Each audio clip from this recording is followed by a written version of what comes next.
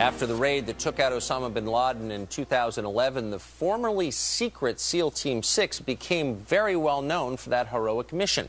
Sadly, tragically, just 3 months later, a helicopter carrying 17 SEAL members and 13 other American troops was taken down in Afghanistan. Everyone was killed. Last week, family members asked the administration for answers. The U.S. government and many high-ranking military people own more credit for the shoot-down than the Taliban. Because pre-assault fire damages our efforts to win the hearts and minds of our enemy. So in other words, the hearts and minds of our enemy are more valuable to this government than my son's blood.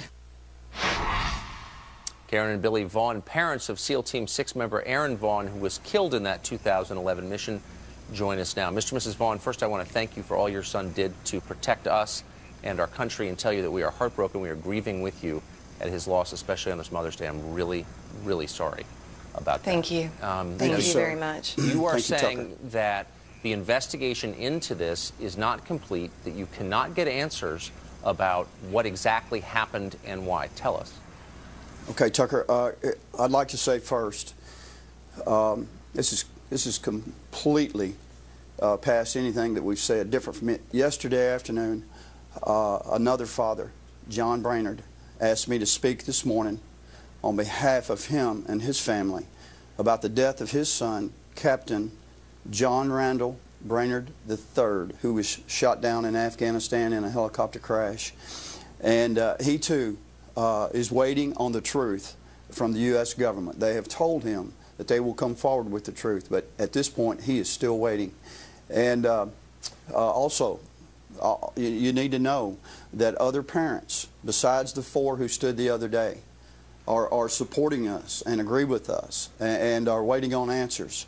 And one thing that I want to say right up front, I understand their reluctance to come forth with these answers, because it's going to be embarrassing at best. But one answer that they can come forth with right now is on Thursday.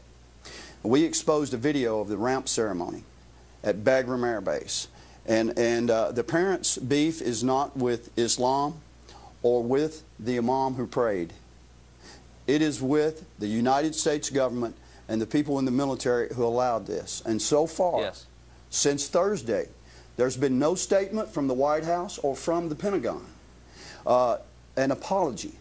So it's too late for an apology. Now what I'd like you to do, as Commander-in-Chief, Mr. President, I'd like you to step forward, be a man, and defend the policy that in this United States government that allows the body of a slain warrior to be desecrated and allows the God of Abraham, Isaac, and Jacob to be mocked. That is the God of our son and the God of our family. And we want you to step forward, and we want that person who allowed that policy, or where that policy comes from, to defend it. Please do that. Just as you did, just as you showed outrage when the Qurans were burned, just as this administration made sure to show the American people how much you honored Osama bin Laden's body. Tell us why you didn't do the same for slain American warriors, Mr. President. Now, Tucker, I'm sorry I got off on that. Now, back to your question. Well, it would be interesting to know why an imam was there in the first place. Now, you say that in the aftermath of the apprehension and death of Osama bin Laden, SEAL Team 6, whose very existence was supposed to be classified, was dramatically publicized by this administration. The Obama people felt it was to their political advantage to talk up SEAL Team 6, and you believe this put your son and his comrades at mortal risk. We don't just believe it did, Tucker. We know it did. Aaron actually called me within 24 hours of Joe Biden outing the Navy SEALs and said, "Mom, listen, you need to wipe your social media clean. I mean, get everything off of it." His voice was very nervous. I said, "Absolutely, son, what's going on?"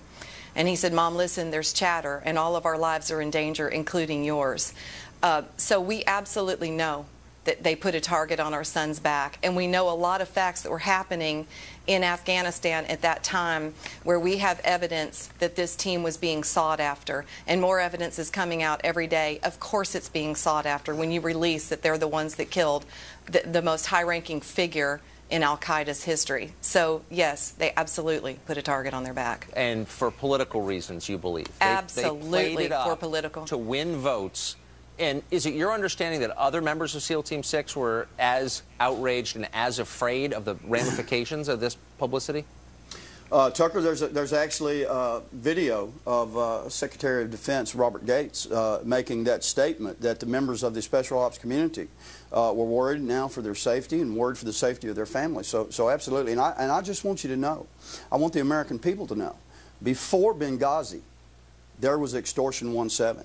And these are tied together, and all the things that are going on in our military. And there is more in common there than many of us realize. Well, and also, Tucker, I want to thank the families who have come forward since the press conference just a few days ago and are beginning to say things, and people who want to talk to us. I also want to thank you, for Fox, for allowing the families of American military sons and daughters to have a voice to speak, because we're small. We can't get our voice out unless people ask us and bring us forth. Well, we want to change these rules of engagement. I can promise you, you will always have a voice here, and we're grateful Thank to you see very you much. both. And again, we agree with you on this Mother's Day. Thank you. Thank you very much. More Fox and Friends in 3 minutes.